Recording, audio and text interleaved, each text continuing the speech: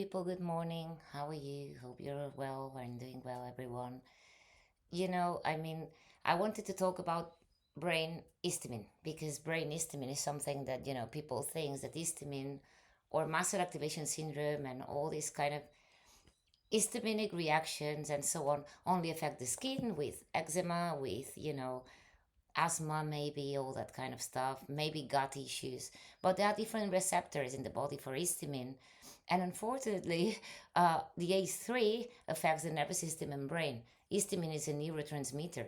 So, you've been told your nervous system is dysregulated, you've done the breath work, you've done nervous system resets, you're wired at 2 a.m. when your body should be asleep, you're anxious without nothing to be anxious about, which is, this is the key. I remember I've been having anxiety all my life, but it didn't make any sense because, in fact, I was not anxious for any reason at all. And that used to spike before at PMS, at ovulation, so whenever estrogen was high, which basically, again, like I said many times, unfortunately, estrogen and histamine go hand in hand. So, you've been told that's your nervous system. It's not. Your nervous system is not generating these symptoms on its own. It's reading electrical, chemical, and mechanical signals from your body and responding to exactly what it's been told. The problem is more upstream. It's when the ATP production drops, basically your cells lose voltage and mineral gradients collapse. When voltage drops, redox becomes unstable. When minerals collapse, ATP production drops further. So this is all connected. This is the whole terrain collapse. So when the terrain collapses, signal goes wrong across the body. Histamine is one of those signals. So this is very, very, very, very important. And the redox, the capability of your own body and cells to detox gets stopped. So therefore, you get more toxic. That flares the muscles even more. So you need to go and fix the terrain. This is what's gonna stop this. And especially in women in the, let's call it, perimenopause phase. I hate that word, but let's call it like that, which basically means your progesterone is lowering, which is a mast cell stabilizer, and therefore, estrogen is higher, making the mast cells flare, which is going to cause the symptoms. But yeah, so you know in the body, histamine is a chemical signal, but in the brain, histamine is a neurotransmitter. So, and it does just, one more signal to be mixed. It controls the other signals. The H3 receptor sits directly on the nerve endings throughout the brain. Its job is to regulate the release of dopamine, serotonin, acetylcholine, and norepinephrine. When histamine is stable, H3 keeps those outputs coordinated. But guess what happens when it's out of control? These don't, they stop being a mess. Therefore, the brain symptoms with histamine skyrocket. And then, especially in women, we are the crazy ones. Uh, you know, um, I was listening to a guy yesterday, um, like that just came here for a second where I live, and he was talking about how horrible his ex was because he wasn't taking her anxiety meds and blah blah blah blah. Man, and the woman was saying that she was in perimenopause, obviously feeling like she was losing her mind.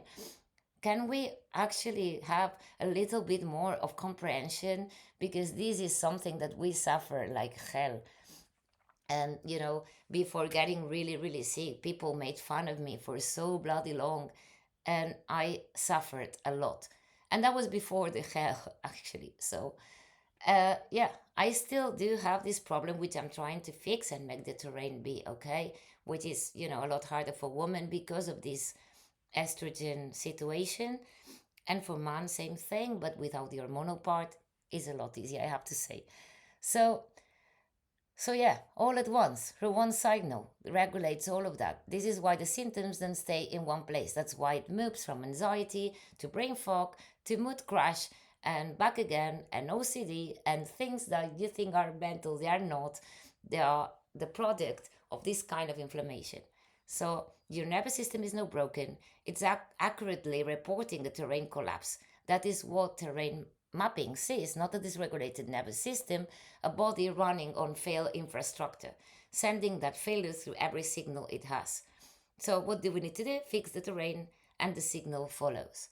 So we need to improve all this terrain, So eventually, which is hard enough when it happens with hormones, and and obviously again you need a clean environment, a clean emotional environment, and all this, so you can sustain this and bring the terrain back into normal.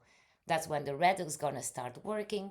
That's when all your body's gonna start being able to detox. And meanwhile, obviously, you're gonna have hurt reactions or die of reactions, um, which actually be careful with this and do it at a phase that you can actually manage things, because when you have too much die off, you can actually collapse by the same die off. So this is really really important, and really important to understand to everyone around anyone living this, which is 90% of women, I would say. But for the ones that are coming from Lyme disease and mast cell activation syndrome already, and are in this phase of life and are women, this is gonna be extra hard, and especially since unfortunately this receptor affects the nervous system and brain, in the way I just said. So be mindful of this. It has an explanation, and it has nothing to do with with whatever the hell you can do to actually do mindfulness. To do, I mean, this is gonna work. This always helps. This is gonna help relax you, but you need to fix the terrain, because no matter what pills you take, which by the way are only gonna make things worse, psych meds and all that crap, which is poison, and an evil industry that wants to keep us sick. But if you find that way and fix the terrain and understand this, especially with the hormonal things, which is very much related to your liver and your gallbladder, you're gonna be able to fix all these a lot better.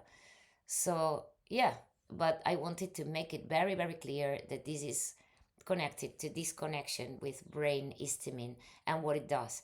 The symptoms can be so random, no? So from the personalization, the realization, I mean, and high anxiety, the typical symptom where you hear a noise and you jump, yeah, OCD kind of symptoms that you need to clean and all that kind of stuff, all sorts of things, and yeah, again, it's not a mental thing; it's a biochemical reaction. Therefore, don't let anyone ever bloody tell you anything like that. And work in the terrain, and work in the people around you, and work in all these, and eventually doing a lot of work and a lot of clearing of your diet of is a lot of work.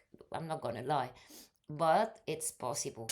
um, and again, for women, we have to be extra careful, especially coming from Lyme and mast cell activation syndrome, because I'm still not fully there, and as soon as I get exposed to toxins or something happens, boom, I still flare, and I'm still there. I'm still not out of inflammation, but coming from where I come from, well, I'm glad I'm here. So yeah, thanks for watching.